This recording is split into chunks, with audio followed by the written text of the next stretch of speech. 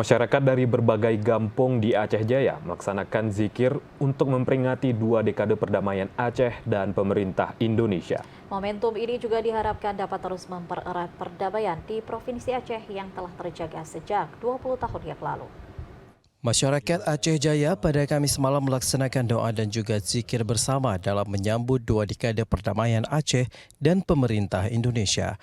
Pelaksanaan zikir dan doa bersama ini dilaksanakan serentak di berbagai masjid besar yang ada di kabupaten kota di Aceh. Di Aceh Jaya, pelaksanaan zikir dan juga doa bersama dipusatkan di Masjid Agung Baitul Izzah Calang, Aceh Jaya.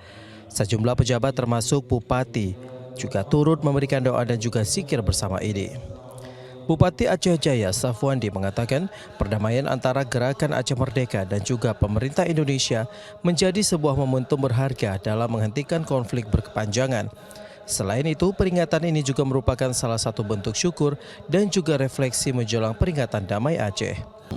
Membalikkan dari situasi yang konflik yang sangat ekstrim tempat tinggal masyarakat, perekonomian masyarakat, mungkin dengan ada kedamaian ini hadir sehingga kita bisa membalikkan dari suasana yang seram ke suasana yang cerah, intinya meningkatkan perekonomian masyarakat baik di segi pertanian maupun perikanan, sehingga pertumbuhan di zaman yang damai ini memang sebenarnya memang harus nyaman, tentram, kemudian ekonominya juga damai.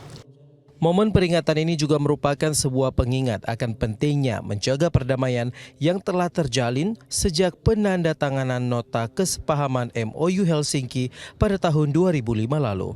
Tim Liputan TVRI melaporkan.